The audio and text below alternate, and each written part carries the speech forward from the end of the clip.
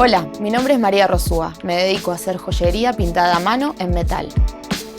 Creo mis propias colecciones y las comparto y comercializo con el mundo a través de tiendas, mercados y las redes sociales.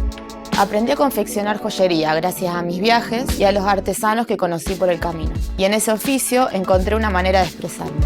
Me inspira la naturaleza y busco reproducir en mis piezas no solo su morfología, sino también sus colores. Con pigmentos naturales, pátinas caseras e industriales, pinto a mano sobre el metal para darle vida. Así consigo resultados distintos e irrepetibles. Suelo utilizar el latón. Es un material noble que me permite jugar y crear formas infinitas.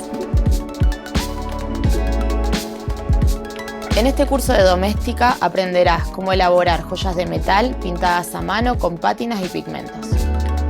Como proyecto final, diseñarás y producirás tu propia pieza en latón o cobre. Para empezar, te presentaré las condiciones necesarias para trabajar.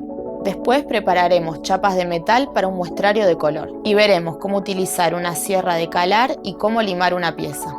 Crearemos pátinas caseras con compuestos químicos, pigmentos naturales y fuego. Haremos verdes y azules, luego negros y marrones, rojos y violetas.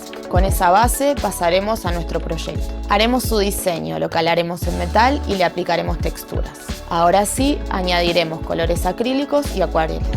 Tras ensamblar y pulir tu joyería, te mostraré cómo embalarla, cuidarla y compartirla. Al terminar las lecciones tendrás diversas técnicas para experimentar con tonos y matices sobre el metal. Para tomar el curso no son necesarios conocimientos previos. Te harán falta herramientas para cortar, pintar y darle acabado al metal, además de ingredientes que puedes encontrar en tu cocina.